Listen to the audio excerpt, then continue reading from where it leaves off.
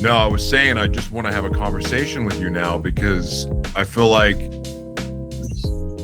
like we got halfway into it and we're starting over, but now it's just like, huh. Now I feel like I know you a little bit. Now I feel like I can just have a conversation with you. Yeah. But these questions matter because they were like, your answers were so amazing. So the audience now that's tuning into this podcast is going, what the heck are you talking about? But ladies and gentlemen, we've had this amazing, wonderful conversation and getting to know more. And she actually taught me the pronunciation of her name because I made it up and I was way off. I'm going to try it now. Fine. I'm going to try it now. Okay. Aniedu. No. It's quite close. Aniedu. Aniedu. Aniedu. It's such a pretty name. I'm gonna get this right. I'm going to practice it in the mirror after this podcast is over. And so then I'm just going to hit you up on WhatsApp and I'm going to say your name over again. That's fine. No, I'm not going to do that. That would be borderline weird. Yeah. Well, I'm honored to have you here again. Likewise. Okay. So we have some amazing questions. We're going to get to know who you are, what you're all about. And since I already have a sneak peek and I better know who you are now, I'm even more excited to do this interview than I was already excited to do. And I want to tell you this, and I'm not going to repeat. I'm not going to repeat what I told you at the beginning of the last time we tried to record.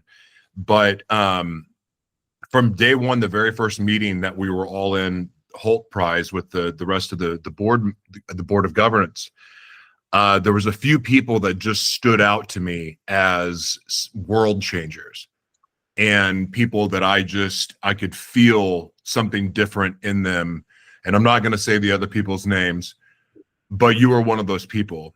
And so I was really, really, really looking forward to this interview. So I'm glad that we're finally getting the opportunity, because I believe the impact that you have obviously is you're a very important figure in Nigeria and the work you're doing there, but really you are a true world changer. And I think the impact that you're going to have, not just on your fellow Nigerians and Africans, but also people all over the world. You have a very powerful message, and you're an exceptional leader. And I'm truly, truly honored to have you here today. Thank you, Joshua. All right, well, let's get into these questions. So you began your journey as a registered nurse, a profession rooted in direct individual care. How does that frontline experience of caring for one person at a time shape your approach to leading large-scale social impact initiatives? All right, so one of the things that nursing did for me was teaching me the power of proximity. And that is, true change can only begin when you see people as stories, not just statistics. Because as a social impact leader and as a nurse, it is very easy for people to see people as statistics, data, just to fill up their books or update their records. But it is quite different from that. And caring for one person at a time gives the understanding of the human condition that no policy documentation could ever do. So it is beyond a news station covering an event or what has happened in a particular location. And also it has taught me that systems fail people long before the diseases also do, right? And healing must extend beyond the hospital, the four walls of the hospital or clinics. Healing must extend into our systems, because from the systems, from the community, and then opportunities, that's where people begin to rise and make great up from there. Very good. Can you share a story from your time in nursing that became a catalyst, a moment that solidified your resolve to address the root causes of the health and educational disparities you were seeing? All right. So there was once, this wasn't particularly in the hospital, but I got in contact with a young girl, and she had complications from an unsafe procedure. And it wasn't just because she was reckless. There was also the case of misinformation, and then lack of support from family. And that was a moment that I would say shaped my perspective of things, right?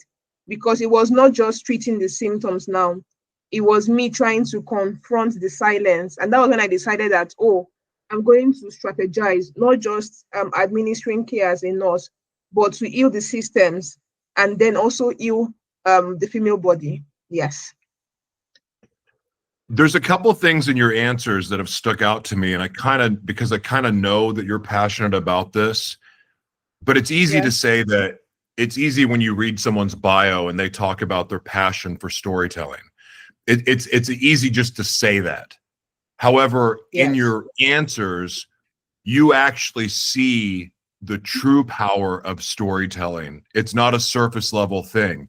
Can you talk about, and this is not, I don't even think this is on the questions that I have planned, but can you talk about why storytelling is so important to you? Like, because it's beyond surface level, you know, like, oh, storytelling's an opportunity and yay, I can earn money doing it. No, there's a deeper reason why that I believe in too. And it's clear you do too. Can you share that, please? All right. So apart from being a nurse and then a social impact leader, I'm also a content writer and a content manager. So I write for brands. And for storytelling, I think being at the forefront of a pandemic or a crisis opens up your heart to so much that you would want to convey across to your audience, right? And it is beyond writing the words. It's more of conveying emotions. That's why storytelling exists, to put you in someone's shoe, to put you in Aisha's shoe, that this girl has been here, this girl has seen this, and we can do better about it. So that's why I think storytelling should take the forefront of advocacy, even, because storytelling is the I would say it's the transmitter of information. And I believe that with storytelling, everyone has the opportunity to experience what people go through. Yes. So, in one of the things that you just said, you talked about during health crisis, the media, which is a storyteller, yes, has been used to, the media can be used to create feelings, obviously, but it can also be used to sway the public opinion, to get people to believe something. And the problem with that is the power right now that of the media lies in the hands of a few people. So you imagine that kind of influence that can be had over people, because when you have the power of the airwaves, you have the power to control, to tell the vision, television, programming. It all makes sense, right? Okay. But the reason why storytelling matters to me, and also to you in a different way, I want to say this, is that we have the same power to tell stories that the powerhouse media companies have. And when we see something that doesn't feel right, we see news being reported about our own community by other news outlets that may not be true, we have a responsibility, because we have the power of media in our hands now, to report, to share stories. And the cool thing about storytelling is that it can be authentic, truthful storytelling has more power than made up, created stories. And so when we take that power, if we see things in our own community and we also see something on the news that may be completely different, we should report it. We should talk about it. But more importantly, outside of that, storytelling is a powerful vehicle for us to educate people on, like, hey, you know what? Maybe we're not so different. We deal with a lot of the same things people do. It can bring people together. I dare say that storytelling is one of the most, if not the most powerful tools to actually express our opinions and then convey informations to people. Yeah. So I It's do the agree with closest thing that. that we can. It's also the closest thing to truth that we can share as our own personal stories, because most of the Yes. other opinions that we share are the opinions that we've learned from other people. Storytelling can actually, I mean, think about all the opinions that we hear all day long. They're just opinions. Yes. Like eventually that becomes people's truth, but then how do you really know it's true? But if we and think about all the opinions that start fights. With Yeah. storytelling, you get captivated by the story. So it's almost like even if you're offended by the story or you don't like the story, the fact that that may be a true story, you're more likely to go, wow, that's really interesting. I didn't see it from that perspective. And there can be a sense of understanding and maybe forgiveness and maybe healing can begin. Anyway, I'm going to go off on a tangent, but I've heard you talk about storytelling without actually saying it a few times, so I wanted to throw that out there. Thank you for Yes, your that's answer. fine. Yeah, Okay. thanks, Joshua. Mhm. The name of your nonprofit is the Well Woman Initiative. Going beyond Yes. clinical definitions, what does a well woman truly mean to you? All right. So um ideally what anyone would say if you ask them what the term well woman means to them is, the first thing they will say, oh, it means someone that is old, right? And which is very much correct. But in the sense of the well woman initiative, like I said earlier, I like to call it the Trinity of Transformation, right? Now that means there's a woman that is not just LD in her body, but she's also confident in her mind. She's educated in thought, and then she's empowered in choices. So she has the ability to make good or bad choices for herself. Most times, I trust my women, it's good choices, right? And wellness for women is merely just the absence of disease. It is the presence of dignity, of opportunity and a voice to ensure that women don't just go to school, they do not just access healthcare, but then they are given the opportunity to thrive as an actual being. Yes.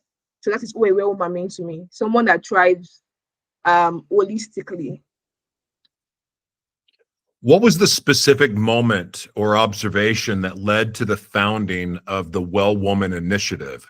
What gap did you see that you knew you had to fill?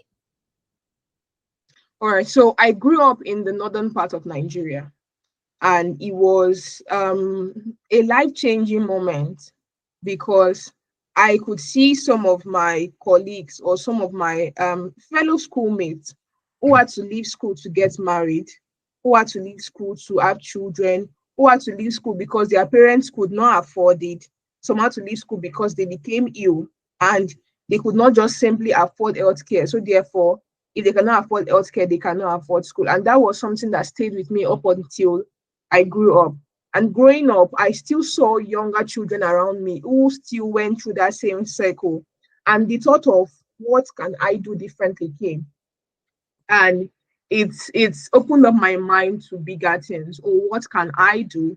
And that was when the idea of starting a non-profit for fellow young girls and women, not just to ensure that they go to school or they access healthcare, but then to cover these two things and then still present them with opportunities to thrive and lead as all humans. That was when the idea for the Wellman Initiative came about. Yes. Your dream, learn, become educational drive was a massive success, impacting students across 2 states in under 2 weeks. Can you take us Yeah. behind the scenes of that incredible effort? What was the biggest challenge and what was the most rewarding moment? All right. So our Dreamland Become Educational Drive was a whole lot, right? Because we had a benchmark to impact 500 students And one of the major challenges that we faced was securing funding and then finances, of course, because you can only impact, you can impact more when you have access to funds. And that was a huge challenge for us, trying to reach out to people, trying to do. We had a GoFundMe, we had a donation link where the public could donate and all that. So that was a huge challenge. But I'm certain we overcame that. Then something else was also logistics, because we had to move across 2 states for this particular event, and it was difficult moving resources across states while ensuring that every child was seen. Now we went beyond the idea of just reaching those children. It was not just, oh, we are trying to reach 500 students. That was not just a number for us. That was an opportunity for us to see these children, and that was what we did. And I think one of the rewards then was it was just simple, the act of seeing these children eyes light up, right? So their eyes lit up because we shared out school bags, school uniforms, school books, pencils, supply materials, stationaries. We gave all that out to children. And I think that moment where there was joy, it just reminded me that impact is not merely just measured by numbers. It is also by the footprint and the spark you leave behind. Yes. Thank you.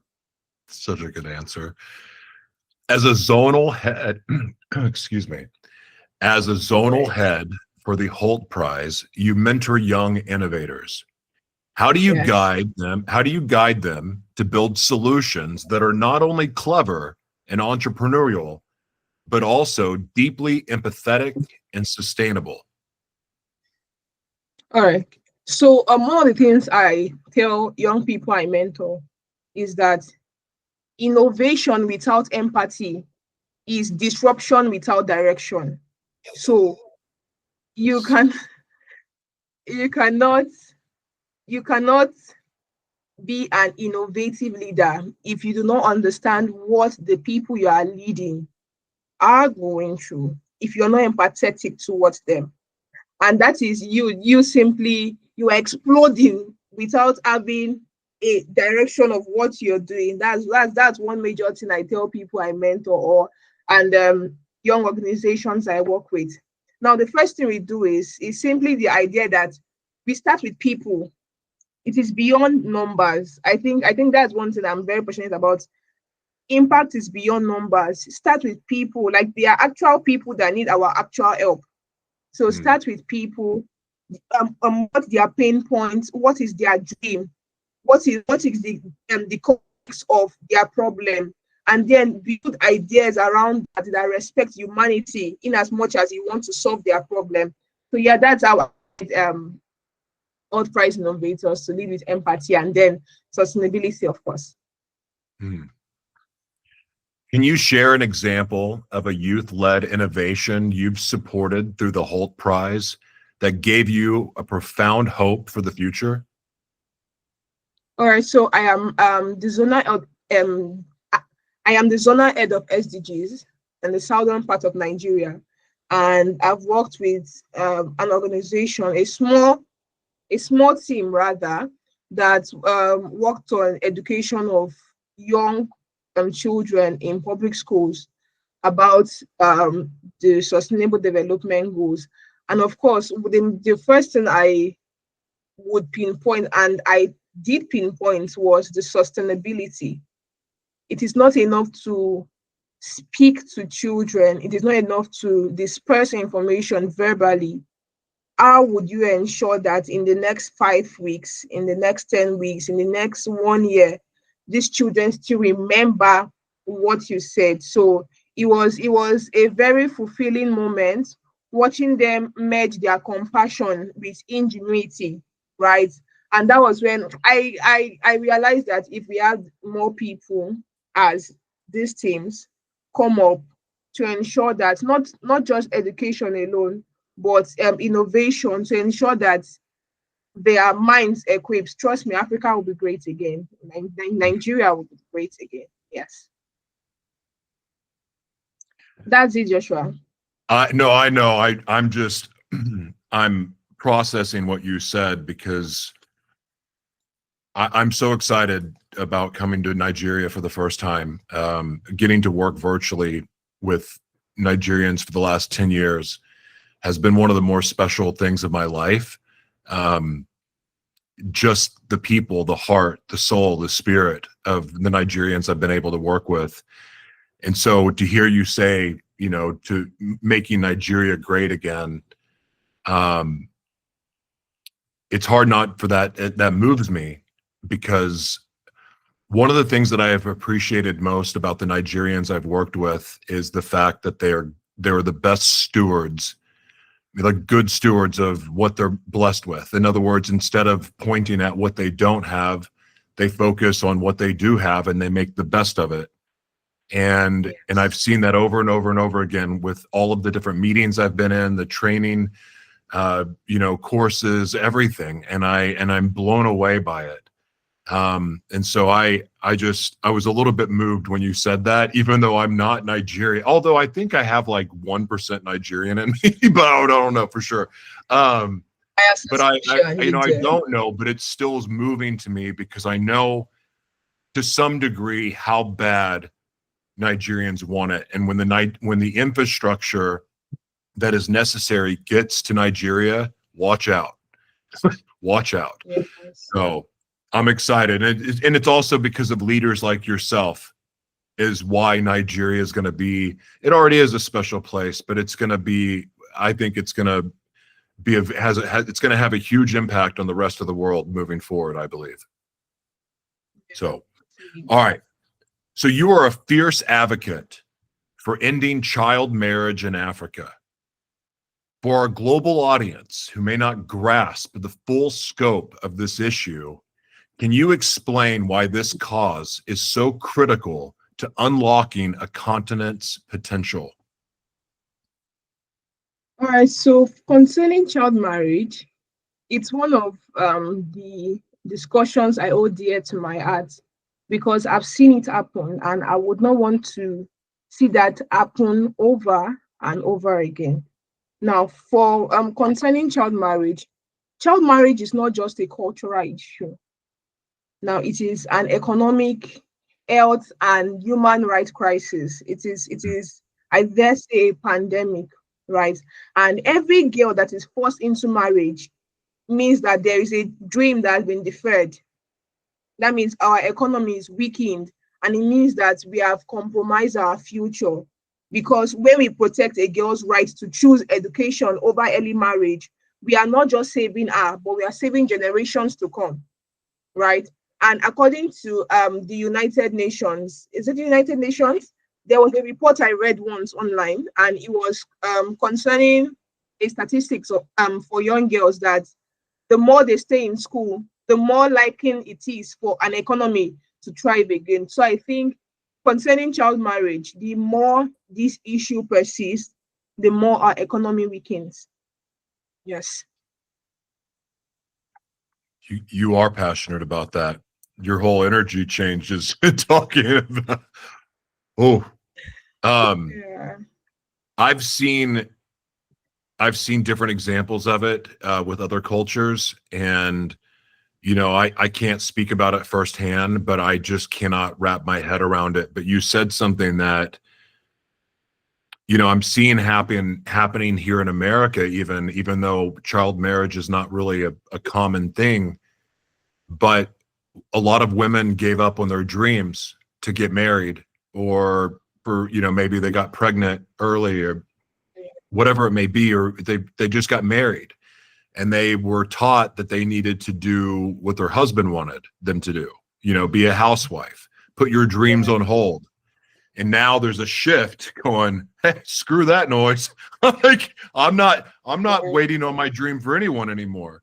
And that's happening here in America with women, but hearing you talk about it really starting with the child bride factor having such an impact in that as well. It's really eye-opening, because that means it's a lot of dead dreams. Like the people that are adults that get married, they're making a choice. They had a choice to have sex, and they had a baby.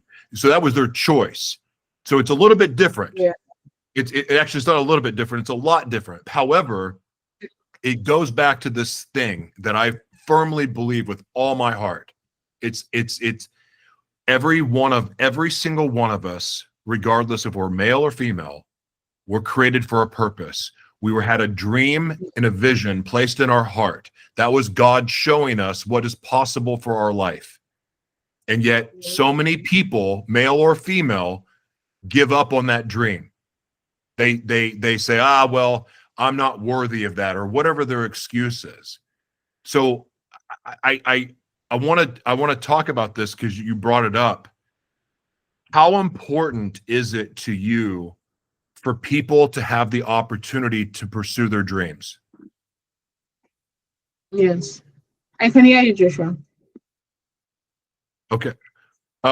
How important is it to you for people to have the opportunity to live and pursue their dreams? Like, in other words, that dream that's placed in our heart, because God shows all of us, I believe, when we're young, what we're created to do. Yes. How important is that to have a fair opportunity to pursue that? All right. So for concerning our dreams, I would say it is not just dreams alone. You're speaking about purpose. Now, for purpose, it is really important because the future of the next generation lies on what we do now. And for every young child or for every young individual that deters from what they are supposed to do, there are people that are going to suffer for it. All right. Whether that is a short-term consequence or a long-term consequence, we have people that are going to suffer for it. So I think everyone should lock in, quote and unquote, lock in. So that's a slang in Nigeria. They say lock in when you want to be hyper-focused. Yeah, so I think everyone should lock in and see that to the best of their ability, they pursue their purpose, because they have people that are depending on them to be better. They have people depending on them, just like how I have people that are depending on me to be liberated. That's the same way people have. So I think everyone should lock in on their purpose and their dreams to ensure that the next 5 years, 10 years, people that emerge also see the light. Because I like to liken us as the light carriers. And as a light carrier, you shine the light on the path for people to see and follow. That's the exact same thing with those that pursue their purpose. I love, oh my gosh, that was good. I don't believe that God created us to fail, meaning, but that's part of the game of life, is that Yes. if we choose, when we surrender for the purpose that we're created for versus all the other stuff that we're doing, when we surrender to that, even though it's so hard and it's so challenging and it's so impossible feeling, we can't fail. Like, that's part of it, because that's where we see the miracles happen when we do something every day to step into faith, like to stretch our faith, to challenge our faith, to say, okay, God, I trust you. And we take that step. Guess what? We see a little miracle. And then we take another leap of faith. Especially if we're being led to take those leaps of faith, we're not going to fail. Sure, we may fall on our face. Sure, we may mess things up, but we get up again, because that's what we're created to do. Do you think God is going to create us to fail? If we choose what God created us to do, we're not going to fail. But if we choose to go against what God created us to do, we're going to fail. And it's going to be awful, and it's going to be miserable, and it's not going to be a lot of fun. So why would you not pursue your dreams is the question. Like, why? Knowing that you can't fail, knowing that you will succeed if you don't give up, why wouldn't you go for your dreams? So I think, so I'm going to say, not one common reason people would choose not to pursue their dreams is actually the fear of failure. So there are different thoughts. Oh, what if I do it and I fail? What if I do it and it doesn't work out? What if I do it and I don't reach my expected goal? What would my friends say about it? or what if I do it and I don't have enough resources? All these things are taught. And the thing we taught is that thought will always remain taught, right? It is different thinking about something and bringing something to actualization. That's why I'm very big on acting. Like, go, let your emotions catch up with you. Simply do your stuff. Your emotions will catch up with you later along the way. Yes. Love that. You're Thank building you, your Joshua. brand. You're building your brand as a global youth voice. What is the one Yes. message you believe is most urgent for world leaders to hear from the youth today? All right. So I'm going to speak based on I would say a prophecy to my future, right? I've not had the opportunity to enter those big rooms yet. But when I do that, I'm going to watch this video and say, oh yes, I said it. But one of the things I would say to world leaders is listen. Now you are not listening to respond, but you are listening to understand. Because I think one of the things that is very rampant now is that youth are misunderstood. That's why you should listen and listen and listen again. We are not demanding for inclusion as a sort of charity. We are not asking for it. We are demanding for it because it is a necessity. We deserve to be at the table. We deserve to speak. Our voices need to be heard, right? And we are not just the leaders of tomorrow. We are both the leaders of tomorrow and then the conscience of today. So please listen to us. Listen to us. Listen to us. Your input is definitely needed, but first of all, please listen to understand. Yes. I have a question for you. All right. Because I told somebody the very first day I met you, I predicted what you would end up being when you grew up. Please let me know. So I would like to know, what do you don't happen to have aspirations of being a world leader, do you? I do actually. I do. Okay, so this is for my mom, by the way. I Okay. because I told her, I go, I'm getting to interview someone. She's going to be the president of Nigeria or a world leader. I'm convinced of it. I told very first day we met. So I I do didn't know that actually. about you. I do. I Yeah. would for a possible career path, I'd love to be seated at the United Nations, making decisions making decisions. I mean, holding conversations, not just holding conversations, but also leading conversations for young girls and women and children in Nigeria and Africa as a whole. Yes, that's an aspiration. Oh, well, I'm going to make an introduction for you later today. Because Thank you. we share this in common. That's Yes. because if you're going to make changes on behalf of the people that need it most, you need a seat at that table.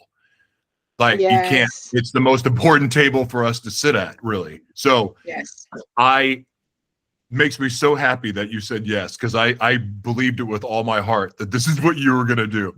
All right. Thank you, Joshua. This is not about me. This is about you. Okay. As a global youth ambassador with Their World, what does that platform enable you to do, and how does it amplify the voices of the communities you represent? Okay, so working as a global youth ambassador for the award has been super amazing. And so far, one of the things that we are big on is early childhood education. And Mm. it has given me the opportunity to bridge local realities with global conversations because I would say I'm standing in the midst of the local and the global. So it has given me the opportunity to provide a bridge to link both of them together. And it has allowed me to experience, listen, and also tell stories from the rural classrooms to bigger rooms where decisions are made. And lastly, it gives a reminder that statistics are human beings. Mm. Statistics are human stories without wearing the numbers. So for every 5 persons that are injured, for every 5% that is written on a book, it means there is actually human beings behind the numbers. So it has opened up my mind and that amplified my voices concerning that.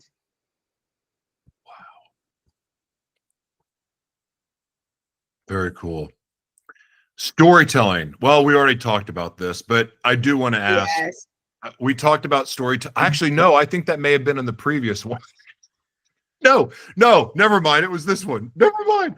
Okay. Yes, it was. Yeah, So this podcast is that's called right. The Legacy Architect. As you build your own legacy and empower others to build theirs, what does that Yes. word, legacy, mean to you personally? All right. So, growing up, when we usually hear the word legacy, it sounded as though it was a grand word or something big. I mean, like, oh, it's a really big word. But growing up, I've come to realize that legacy is not grand speeches that you make for Mm, just for the sake of speaking. Legacy is actually continuity, right? So it means that I have love for God and love for people. And my love for God would always reflect in how I relate and treat people, the footprint I leave behind. It means when my work, it means that my work should outlive my presence. And then my value should become a culture that everyone will strive to continue. So that's what it personally means to me. mm, so good. When you Thank you, envision the Joshua. long when you envision the long-term future of the Well Woman Initiative, what's the Yes. ultimate change you hope to have cemented in Nigeria and beyond? All right. So if we met professionally on a first term basis and you ask me what the Well Woman Initiative is about, the first line I always tell everyone is the Well Woman Initiative is a transgenerational non-profit organization. Key emphasis on transgenerational. Now, I want to see a Nigeria where across this generation, while the Well Woman Initiative thrives, I would also like to see that Nigeria thrives to become a place where access to education, to healthcare, to opportunities is no longer determined by the geography or the gender of a person. Mm, I would love to see that the Well Woman Initiative actually becomes a national reality for everyone and everybody, irrespective of tribe, culture, gender, geographical region whatsoever. And it is not just an organizational name. So that's what I aspire to see as a long-term change for both Nigeria and the Well Woman Initiative. Simply in one word, I would say inclusivity, actual inclusivity. Yes. I love it. Thank you, Joshua.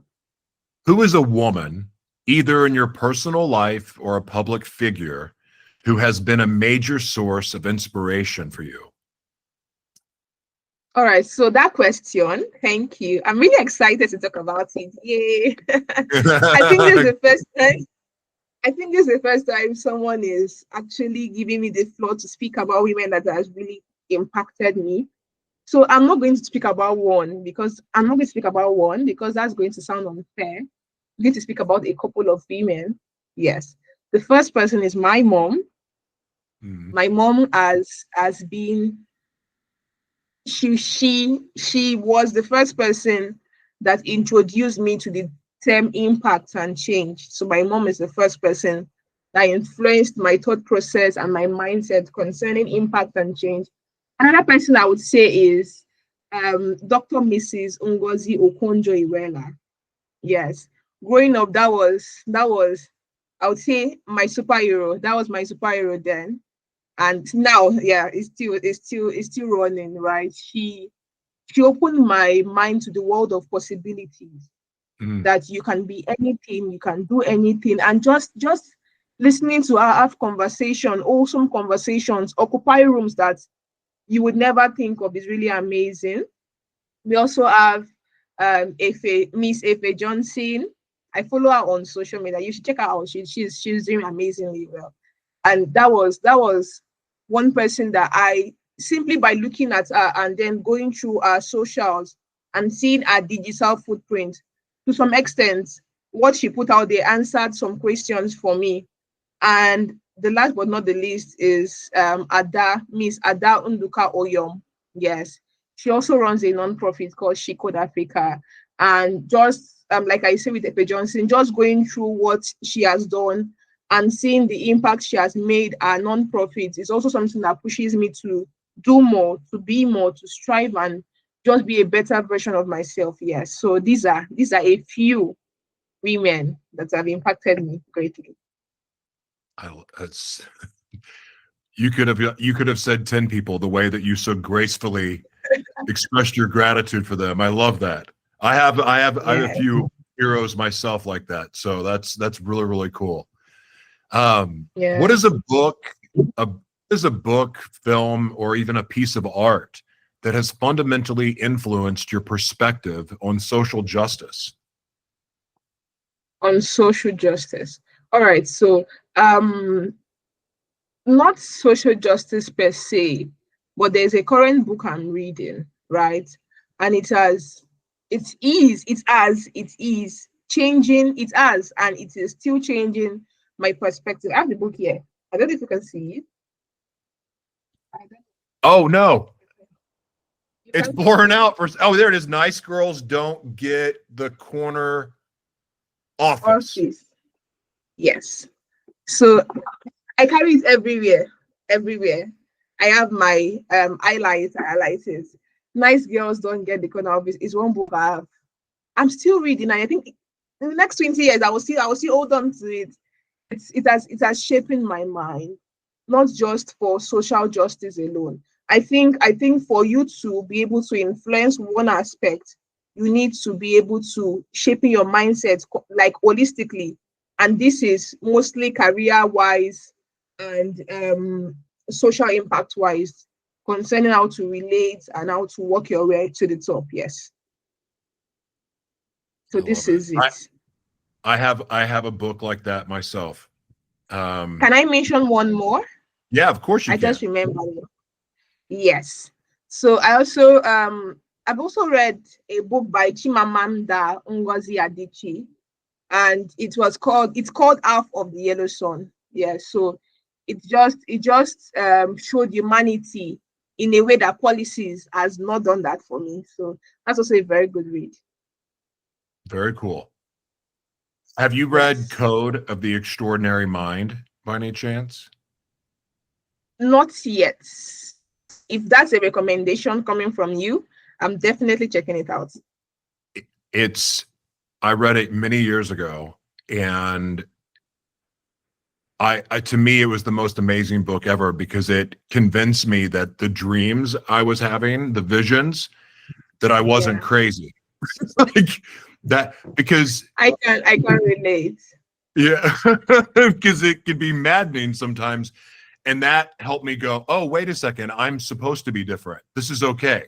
This is this is a good thing. This is not, you need to be put in a mental institution. That book did that for me. However, it really helped break me out of the box and really expanded my thinking. It helped me trust my vision. For me, it's one of those books I could read 15 times and not get enough of it. Like, it's kind of like the Bible. No, it's not like the Bible. It's completely different than the Bible. But it's what I'm like, as far as being a treasured book, something that I go to, that book is amazing. So, highly recommend it. Alrighty. I will check it out. Okay. So this one should be fun for you. If you have the opportunity to collaborate with any organization other than the UN or individual in the world to advance your mission, who would it be and why? You excluded the one, United Nations, but that's fine. Not because That's you already fine. said the United Nations, and I already know that Yes, like yes, because that would be yes, my answer too. So you have to come up with something new. yes. Another organization I would love to work with is Malala Fund. Yes, Malala Fund. Do you know them? No, would you spell it, please? Malala, Malala Fund. Malala Fund. Okay. Yes, yes. I think it is mostly because they understand that sustainable change is built at the intersection of grassroots action and global policy. And they're also very big on education of underserved young girls. Although I think they are worldwide, yes, but their sole countries, I think Afghanistan, but I would love to collaborate with them because I've seen that they understand, we share similar visions, and I would love to work with people that really understand my vision and where I'm going to. Very cool. Yes. Very cool. I think I've told you this before, but if I can be of any assistance, kind of in the same way that I help Holt Prize, but with your initiatives, let me know because Yeah. I believe in what you're doing. I think what you're doing is important, and if I can help elevate y'all's message, count me in. All Yeah. right, Thank you very much. listen, I've asked you all the questions I'm going to ask you, and I've Yeah. thoroughly enjoyed getting to ask you these questions. But what I would like to do is give you the opportunity to promote anything you want to promote, and then also have the final word where you can share anything on your heart. You can say something funny, you can sing, you can tap dance if you want. I don't care. But either way, the floor is All yours. You right. get the last word. All right. So there are a few things I would love to promote. First of all, my non-profit is open to work with any other non-profit that is open for collaboration, expansion, not just Africa per se, even on the global stage, we are very much open. We solely focus on sustainable development goals, 3, which is good health and well-being, 4, gender education, quality education, and fight gender equality. So we're open to collaborations. I'm also, I think I mentioned it in the course of this interview, I'm also a content writer and a content marketer. Yes, I currently work remotely. I'm open to working for other brands as a content writer. If you're looking for the perfect person to use storytelling to amplify your brand vision, to amplify your marketing, I am your go-to person. Yes.